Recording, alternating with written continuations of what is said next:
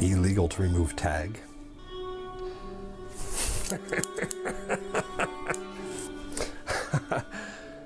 Oh, except for consumer. I'm the consumer. I'm the consumer!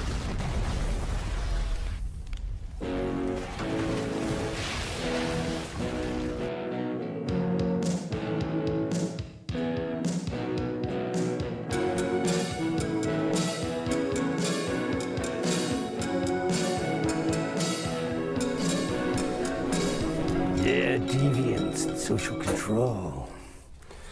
Now, at any other time, if I were to walk into a convenience store late at night wearing this, that might be considered suspicious and deviant. Today it's not. Who knows if at some time that may not be deviant or may be again, right? What counts as deviance, what doesn't? Keep in mind here, deviance isn't just a behavior. It can be a matter of the place where the behavior occurs. 4th of July, you're out shooting off fireworks, celebrating, not necessarily deviant. But if you're in a community that has banned fireworks, now that is deviant behavior. I can be sitting in a tavern or at home or in my backyard sipping on a mug of beer. Not deviant at all. But if I'm doing that same thing behind the wheel of my car at a stoplight, not only is that deviant, that's illegal. Some deviance is controlled, when we get into the social control part, by the law. Some is just by social norms, that you kind of get negative response from the environment for doing certain things. Now we're going to do this section in 2 parts. We're going to start with deviance in part 1. We're going to do social control as part 2, and that's where we're going to get into propaganda. Oh yeah. Oh, that's where everyone's going to get ticked off, because we're going to grab the political spectrum and we're going to show you some examples on both sides. You're going to love it when I'm showing the stuff on the other side. You're going to hate it and pretend it's not propaganda when I'm showing it on your side. Just have to tighten up the sphincter and get through that part. We'll be okay. All right. Now, as far as the variations, see on the slide here what counts as deviant or dysfunctional or abnormal. Let's go back to the DSM-5 in psychology, the Diagnostic and Statistical Manual of Mental Disorders, that has the list of all the disorders and the symptom sets in it. Again, one of the criticisms of that book is that it pathologizes everyone and everything. Now, if you were to take a copy of the DSM, it's not some magical book locked away anywhere. You can buy it at a bookstore, order it on Amazon. If you just start thumbing through it, looking at the symptoms, you would probably see things in people you know or yourself. You could see where Uncle Chet obviously has some disorder, and your siblings do, and maybe you'll think you do. And the reason we think that is because we ignore 2 very important criteria for pretty much everything in that book. And that is, when you're looking at the symptoms need to cause subjective distress and or impairment of function in some way. If they aren't causing you distress or getting in the way of functioning, it's not a symptom. You do not have a dysfunction. They are simply traits that you have. Okay. And we get too carried away with just looking at the list of symptoms and not taking into account, are they getting in my way? Are they bothering me in some way? If they are, then that's dysfunctional for you, but it may not be dysfunctional for someone else. Deviance, dysfunction, abnormality are extremely relative based on the culture, the individual, the situation. There is no absolute in there, in most cases anyway. We can hit a couple along the way that could be. All right, so we've got that set up, deviance versus conformity. Now, when we say deviant, deviating essentially is what we're saying. We're deviating from some sort of accepted norm. That could be a broader cultural norm. It could be a norm within your subgroup or your family that you're violating in some way. Again, it can change by place and by time. So let's grab a couple examples here. Normal, right? Just guy, close haircut, suit, tie, normal. You know, if we were to actually on any given day, out of a population of over 330 million people, grab everyone who looks like this at that point, it would not be a majority of the population. But we'll come back to this guy in a minute. What about these people? normal, abnormal, deviant, dysfunctional? It depends on their group, what their subculture and subgroup is. Remember, we came from earlier section on socialization in that it's easy for you to say this is deviant or this is abnormal when it goes against the norms you were raised with. But not everyone may have been raised with those same norms. Situations can change it. Spring of 2020, the restrictions due to coronavirus. All of a sudden, behaviors that were normal and daily or fun now suddenly become deviant if you try to do them because you're asked not to do them for a period of time. That can be extremely stressful on people because your socialized norm of what is acceptable behavior and what is not has very suddenly changed. So let's say this guy on the right, he shows up one day looking like Mr. Normal here from our previous slide. Now his family may say, yay, chat, good, you cleaned up, you're normal now, good. Now if we're on the psych side though, we're going to be concerned about him. Everyone else may say, oh good, he cleaned up, he's normal. But we would say that was a very sudden shift from his previous norm, which was obviously unique to some group or some subculture, to something else. We would be kind of concerned about that. Within their subculture, they may be completely normal there. What about this lady with the long fingernails? Deviant? Abnormal? She held the world record for a while, I believe. 2 or 3 people have surpassed her since then. And yeah, one of the things you're probably thinking of is how does she wipe in the bathroom, right? I don't know. I never looked that part up. But yeah, different for her. Now, she would wake up every day because they grew gradually, because she has a routine, her own norms of how to care for them, probably not abnormal, probably does not create subjective distress. Technically, we could say impairs function, but she has found workarounds for all the function necessary. So there's no function that she needs to carry out, she can't.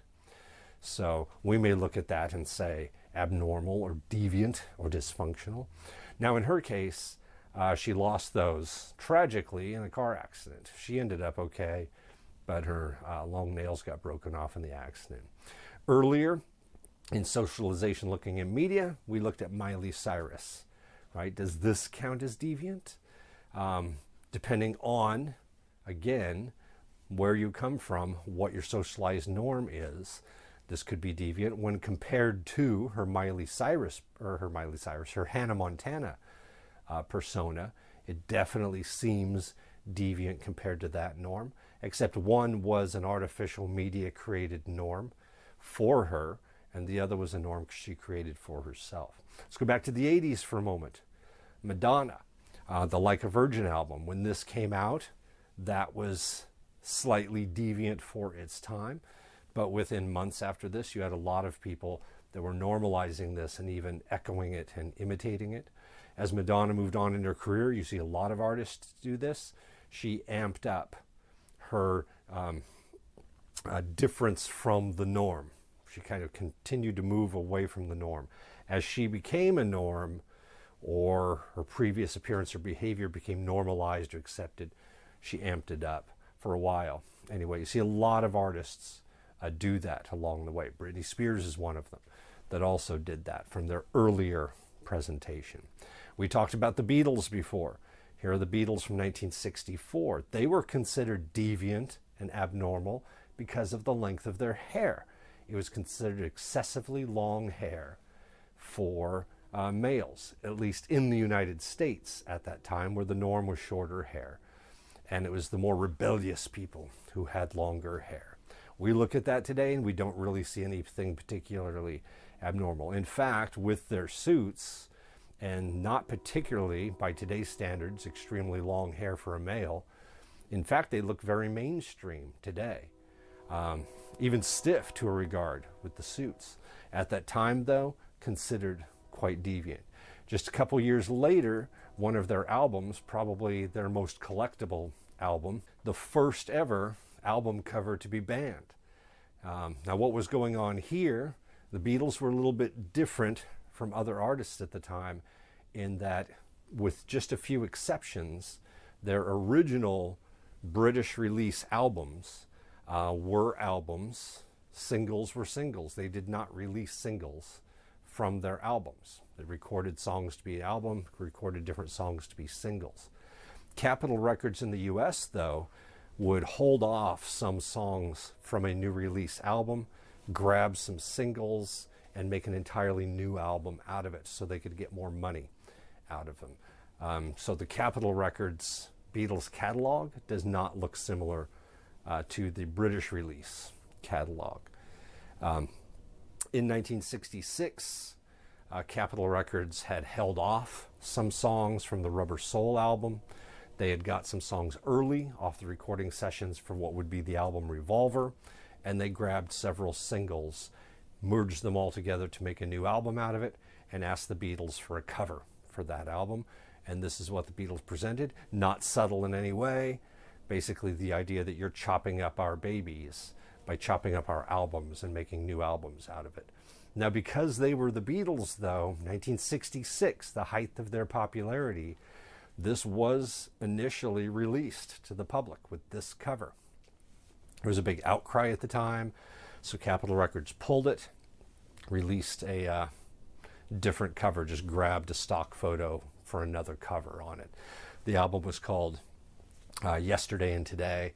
Collectible if you got one of the original releases. Also, Capitol Records, instead of destroying a bunch they'd already printed, they just glued the new album cover over the old ones, so you can get a bunch that way. But again, not very subtle at all in that regard.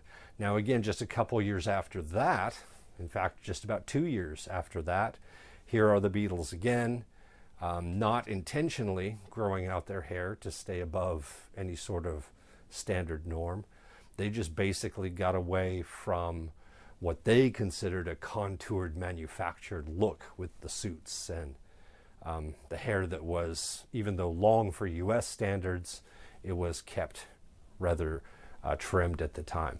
Their hair actually came from a friend in Europe. That style was not uncommon in Europe at the time. They didn't think anything of it. In fact, they were kind of surprised when US media obsessed on their hair length when they didn't consider their hair to be long at all. So you see here, with the exception of McCartney, the others all have mustaches and beards. John Lennon's on the far left, especially long, just grew their hair out more. Got away from kind of the normed clothing, did their own thing. I'm missing a period there of around 1967 during the psychedelic Sgt. Pepper period where they actually amped up the look a little bit then. So let's come around to a definition, formal definition of deviance, because we have to define everything before we talk about it. As the slide says, violation of established contextual, cultural, or social norms.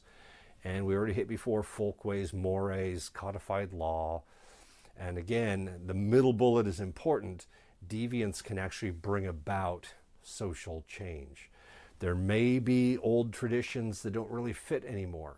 People start deviating from those traditions, doing something new, and that new thing can become a norm. So what starts as deviant can be normalized. We'll look at a big one here in just a second. And then mild forms of deviance, again, can just make you stand out from the crowd. We may call, as it says here, non-conformity, which means I'm not going along with the accepted norms. I'm expressing myself in my own way. That can be considered deviant. Again, deviant doesn't necessarily mean criminal or evil or immoral. All it means is it's something that's different from the expected norms in the environment you're in. Let's look at marijuana as a big one here.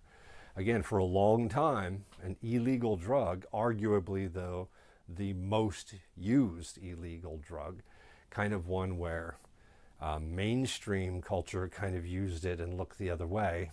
We'll look at later, there are a lot of divisions in who went to jail for using or distributing marijuana and who didn't. There were definitely both racial and socioeconomic differences there. Washington and Colorado, the first two states to legalize for recreational use. And there's been a lot of issues there because the federal laws have not changed there as the individual states start changing it. There have been a couple changes since this graph came out, so there's a few more states to be added to this. But the states in the darker green or black, depending on your screen, have completely legalized marijuana. The darker green, not quite black, either decriminalized or approved for medical use. And then as you go into the different shades, medical use, decriminalized, and the lightest green, still illegal. Now, when we say decriminalized, that simply means you're not going to be punished for its use, but not necessarily that it's accepted. And in a lot of decriminalized states, the decriminalization depends on how much you have with you. If you're caught with a small amount, they don't do anything.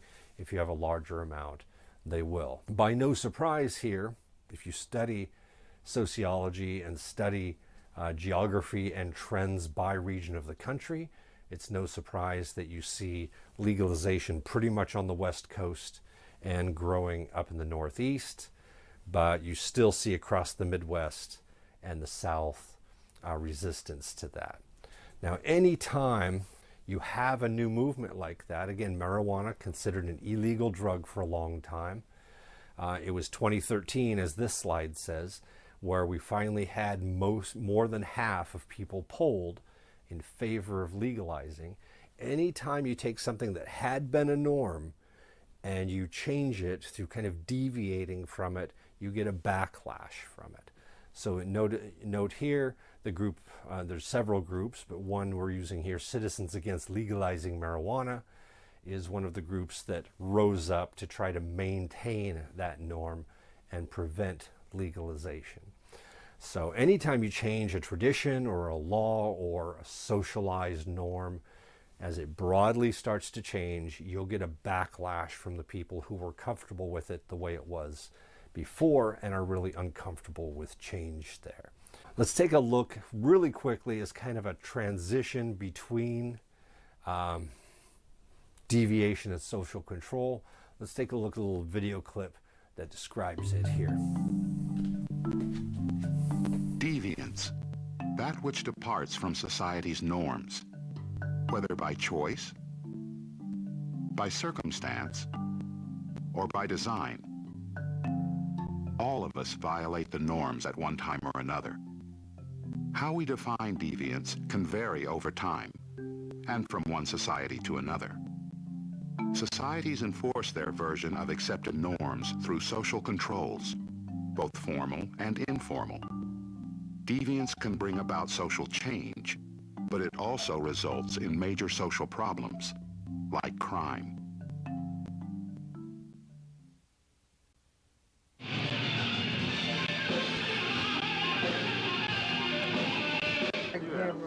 What is deviance? Ask 100 people in your hometown and you may get similar answers. But ask that same question in Holland, Thailand, or Uganda, and you may get a very different set of responses. So how do we define deviance? Deviance is any act, attribute, or belief that violates a cultural norm and elicits from others a positive or a negative reaction. Deviance is what people define it as in any given group. So it's impossible to define deviance without understanding the social fabric of the group. Abraham Lincoln y Tijuana, Plaza del Rio. Sociologists use the term deviance non-judgmentally. They don't necessarily agree that an act is bad. They just recognize that society judges the act negatively. Behavior that might be considered quite deviant in one society might be totally acceptable in another society. An example of this is the wide range of attitudes toward alcohol consumption among different societies. The minimum drinking age in the United States is 21, but it's 16 in France and 18 in Brazil. In Jamaica, there is no minimum drinking age, but in most Muslim countries, alcohol consumption is forbidden at any age. Behavior that you would consider to be deviant at one time and in one place will not be the case at another time and in another place. An example of how a society's definition of deviance can change over time is our attitude towards swimwear.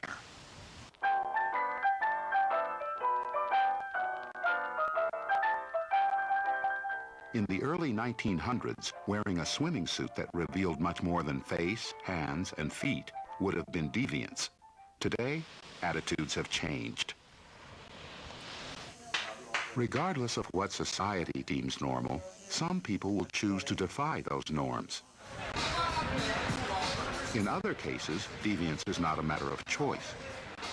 People can be labeled deviant for doing nothing at all, simply because they possess a particular characteristic. Obesity is a good example. Research shows that obesity is often caused by biological or genetic factors over which the individual has no control. In order to address deviance, societies set up systems of formal and informal social control. 9 in 10 of the sanctions that we experience in the course of an hour a day are informal. The way in which we frown or smile, the way in which we ridicule or try to get people to engage us in a conversation is a controlling mechanism. If you think about it, almost all of your social life is spent trying to read the cues of people around you. And we begin as young children trying to read the cues of our parents. If you live in a small town, and one way to get you to conform to normality in that town is to gossip about that person, or the fear of gossip would make you conform. When laws are broken, society turns to formal social control. Formal control, what we mean sociologically, is official authority figures who have been vested with the power to impose particular sanctions on people. So formal social control agents would be the police and the courts and the correctional system, and formal social controls would be those kinds of official punishments to get people to stop doing what they're doing. The Degradation Ceremony is another type of social control that has historically taken a number of forms. A degradation ceremony is an event that imposes a severe penalty on someone for violating a norm. It's often done in some sort of public setting so that it inflicts the greatest amount of humiliation on the offender. Every now and again, a society will decide to have a ceremony in which they formally tell its members that unless you behave in certain ways, you will be literally degraded. So we've had people put into stockades, we've had the Scarlet Letter, we've had the Salem witch trials, we've had officers lose their medals, and of course we've had people executed. From body language to imprisonment, societies attempt to control deviance, a constant presence in our changing world.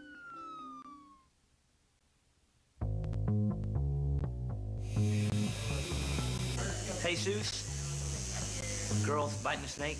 In the United States, tattoos were once considered to be a symbol of a deviant lifestyle. But for some people today, tattoos have become fashion statements. This is my newest tattoo right here in this general area.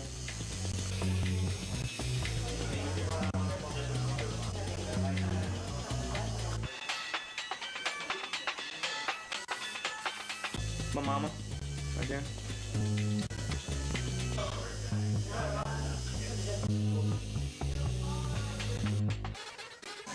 Hello?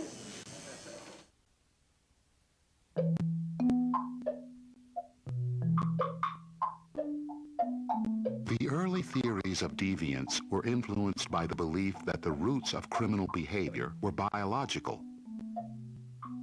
Today, sociologists use sociological perspectives to explore criminal deviance and its many causes, including socialization, cultural conflict, and the failure of social structures.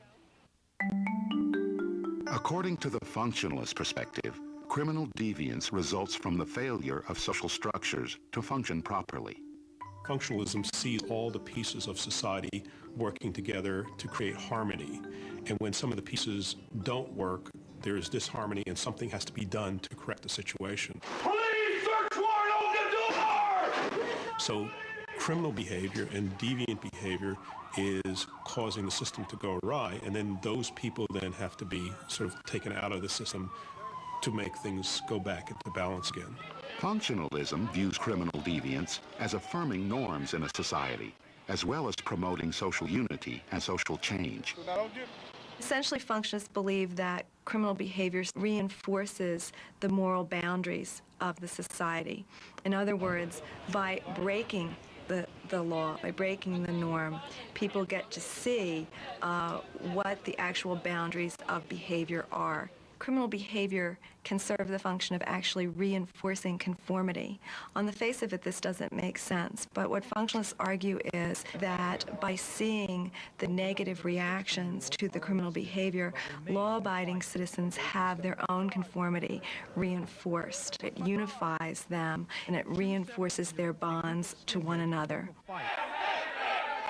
And finally, criminal behavior can introduce social change into a society. For instance, Stephen Biko in South Africa was labeled a criminal because of his work against apartheid, and he was imprisoned for this behavior and actually died in prison. But he became a hero to black South Africans and actually was a moving force in bringing about the end to apartheid in South Africa. Critics of the functionalist perspective claim it doesn't explain why most people do not turn to crime when they can't afford the things they want. According to the conflict perspective, criminal deviance is caused by cultural and class conflict, and the law is used to maintain the power and privilege of the few over the many. Conflict theorists begin their work on criminal behavior with the assumption that a person's place in the social hierarchy affects their life chances as well as their opportunities, including their opportunities to commit a crime, to their chances of getting caught, and their chances of being arrested. See some hands. Put your hands up. They see those people sometimes as being victims of a social structure that has caused them to be victimized. And so that those in power have made the rules, and the rules are there to support the powerful, and the weak are the ones who are then the victims of those rules. Conflict theorists also argue that people who are in privileged, powerful positions in society have a much greater chance of escaping being labeled a criminal, regardless of their behavior. I respectfully decline to answer the questions based on and they also have a greater chance of not being arrested, not being convicted, and not being imprisoned when compared to people who are in less powerful and more disadvantaged groups in society. So for a conflict theorist, the key to understanding criminal behavior is social inequality. From the interactionist perspective, neither functionalism nor the conflict perspective account for why some people become deviant, while others in the same social situation do not. Interactionists are interested in how people learn to be criminal, and also the consequences for individuals of having the criminal label applied to them. One is labeled criminal, other people then act on the basis of that label and treat the person as a criminal. The interactionists would view deviant and criminal behavior more as like what happens in terms of the groups that you're a part of. So for instance, like if you're a teenager and you happen to be in an environment where you hang around with lots of other teenagers who are getting in trouble, and you live in a community where there are lots of people who have problems with the law, that those types of interactions that are helping to push you into that direction. While each sociological perspective has merits, no single perspective can fully explain criminal deviance. Each perspective focuses on a different aspect of criminal behavior or criminality. So it's like looking through a prism. When you look through a prism, if you turn it, you see different colors or you see things a different way. And that's essentially what combining the perspectives does for us in understanding criminal behavior. It lets us understand different dimensions of the problem, and then by putting it together, we get a much fuller picture.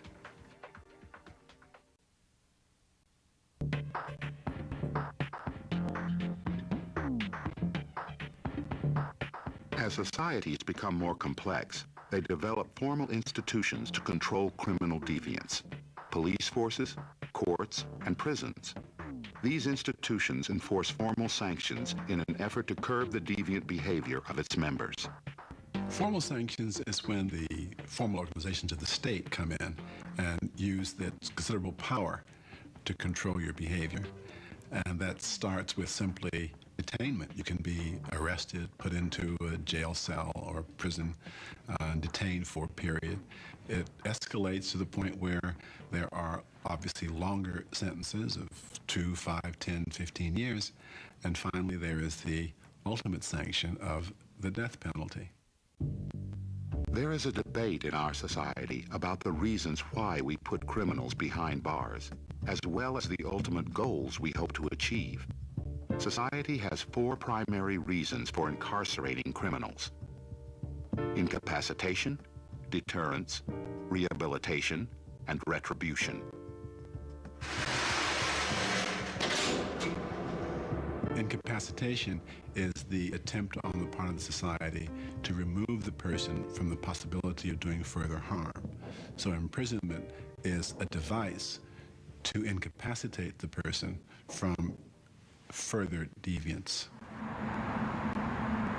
I think prisons are most effective at taking an individual out of society that can't follow the rules or conform to the guidelines of society, and taking them out of society, away from their families, away from their loved ones, in a hope that they'll look at what they're doing and maybe make a change in themselves.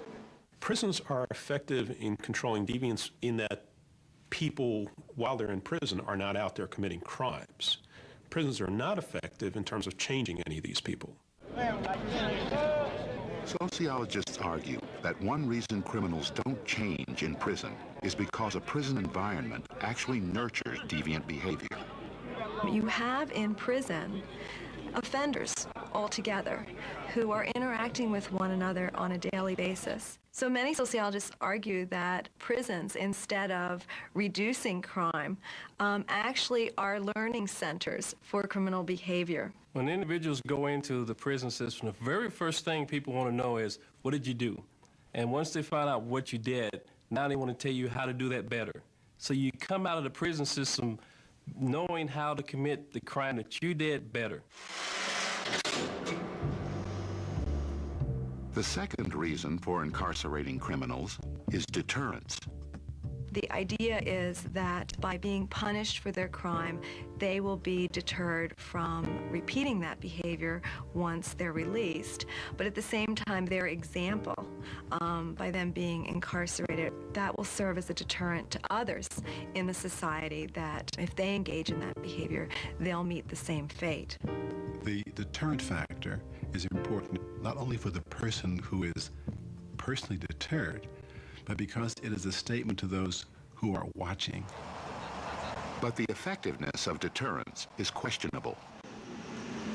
I think when the offenders are out in society and they're making decisions of committing crimes or not, I don't know that they look far enough ahead to see that prisons are something in their future. I think that they make bad decisions, and then as an afterthought, prisons enter their mind. So I don't see that they're a huge deterrent in initial crimes.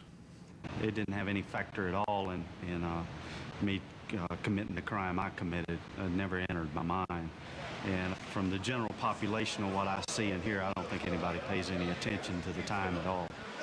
Who has an imminent release date? Most of the time when I committed the crime, I was under the influence of alcohol or drugs, and I didn't think of the consequences at all. I just went ahead and did it. Speaking for my own self, being on the street and never being in prison at that time, I don't think that it scared me. With our younger generation now coming in who aren't afraid, it becomes more of a status symbol for them that I have been to the big house, and they go back into the neighborhoods and they're looked up to, that they've been to prison. And that's the kind of culture we're coming into now, to where it's a status symbol to go to prison. And so it's not deterring crime. In some ways, it perpetuates and enhances crime and the criminal element within our society. The third reason for incarceration is rehabilitation. This is the idea that we can take an offender, take them out of the environment in which they were offending, and with the proper care and treatment, we can change them into a law-abiding citizen. The penitentiary comes from the term penitence. The idea was that you would put the person in this penitentiary and they would be reformed. They would have penitence. Only since the 1950s has the concept of rehabilitation been considered a task of the prison system. By most accounts, little rehabilitation is taking place. We don't know how to rehabilitate them. All the methods of rehabilitation that we've tried really don't work. And so that leaves us with the current situation of where we are just geared toward locking them up, keeping them out of society, and essentially punishing them for their crime. You just can't bring them in here and expect them through osmosis to be rehabilitated. You have to look at their level of education. Are they being educated in the proper way? Are they learning a skill? Are they learning to read, write? Are they learning to work within society? If you take a car that's been wrecked and you just stick it in the garage and get it fixed, it's still wrecked. And that's mostly what we are. We're just stuck inside a building and just nothing ever happens. It's really insanity to think that just because you lock a man up for 3, 4, 5 years and he come out, he's going to get better. When the environment he's in is really a terrible environment and where he could pick up bad habits worse than what he was when he first came in, if he's not rehabilitated. Is to have... Many experts agree that rehabilitation can work if prisoners commit themselves to it. In terms of rehabilitation, the prisons are only as effective as the offenders themselves. We offer a substance abuse program, we offer educational opportunities, vocational opportunities, but it always comes back to the individual, whether they're willing to accept that knowledge or take that knowledge and use it toward the betterment of themselves. If they choose to do so, then it's certainly effective for them, but if they choose not to, then again, they're right back where they started when they got here. By us doing that and complying with that and doing it openly, I do not believe that prison rehabilitates individuals. I believe that individuals rehabilitate themselves by being active in the programs that the prison systems offer. I've learned a lot about myself and a lot about why I use drugs, and have taken the initiative myself to turn myself around because of this stuff was available to me. If it hadn't been available to me, I don't think I would have ever got to the root of the problem, why I committed the crimes I did.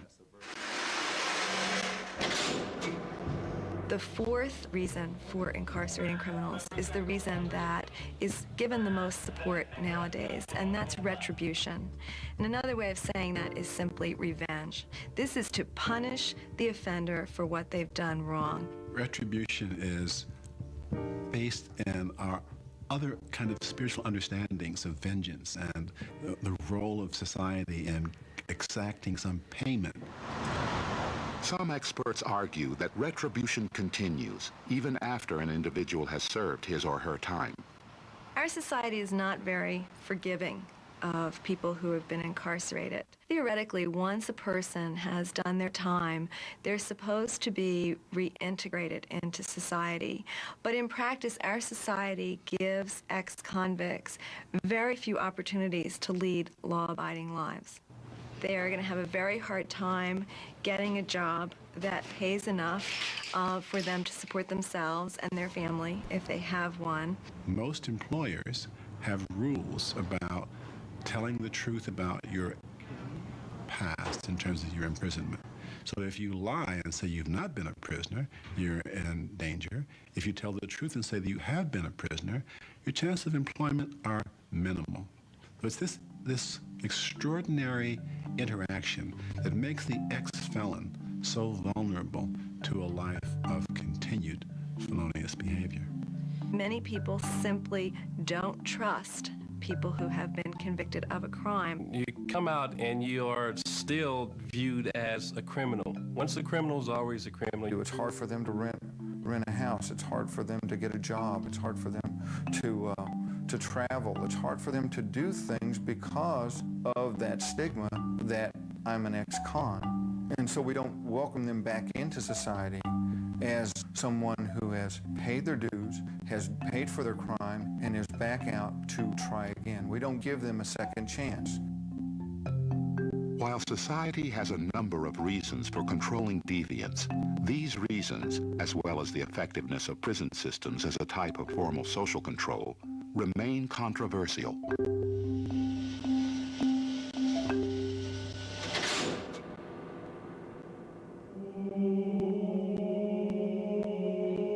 Many of the decisions regarding how much jail time criminals serve are the result of plea bargaining agreements and mandatory sentencing laws. The so-called 3 strikes and you're out laws require mandatory sentences for repeat offenders. 3 strikes laws were enacted to try to deter people from repeating serious offenses. The underlying philosophy is that once an individual has committed 3, usually felony offenses, they are given long mandatory sentences. It is your duty to follow the law. There are some judges and some juries which refuse to convict on the 3rd strike because of what they regard as the draconian implications of the 3rd strike being an imprisonment for, let's say, 25 or 30 years. There was a case here in California where someone stole a candy bar as his 3rd strike. And the courts decided, the jury and the judge decided, that they would not convict, because if they did convict, they would be forced to put the person in prison for an additional 30 years. It would be 3 years of formal probation. Also would be 5 months in the county jail. In contrast to mandatory sentencing, plea bargaining allows criminals to shorten their prison sentences. Plea bargaining is the process whereby the accused agrees to plead guilty in exchange for lowering of the charges, a reduction of the charges against him or her, or a more lenient sentence. So for instance, like if you're being charged with murder, and it was first-degree murder, it was premeditated murder, you plead guilty to second-degree murder, which would be murder that just happened spontaneously out of an argument. You're hereby waiving those rights, and you're giving up these rights in order to enter your plea of guilty.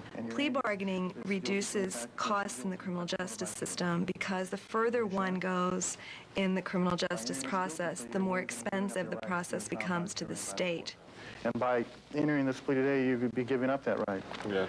Probably the most serious criticism against plea bargaining is that it subverts one of the central principles of our justice system. That is, plea bargaining places a lot of pressure on a person to forgo their constitutional right to a jury trial just to get the charges reduced or the sentence reduced. Poor people in particular are most vulnerable to this problem because they can't afford private attorneys. They have to rely on overworked and underpaid public defenders. And the research shows that private attorneys are much more successful in securing acquittals for their clients than public defenders are. As long as our society wants to control repeat offenders while also trying to lighten the load of an overworked judicial system, mandatory sentencing and plea bargaining will continue to help determine how much jail time criminals serve.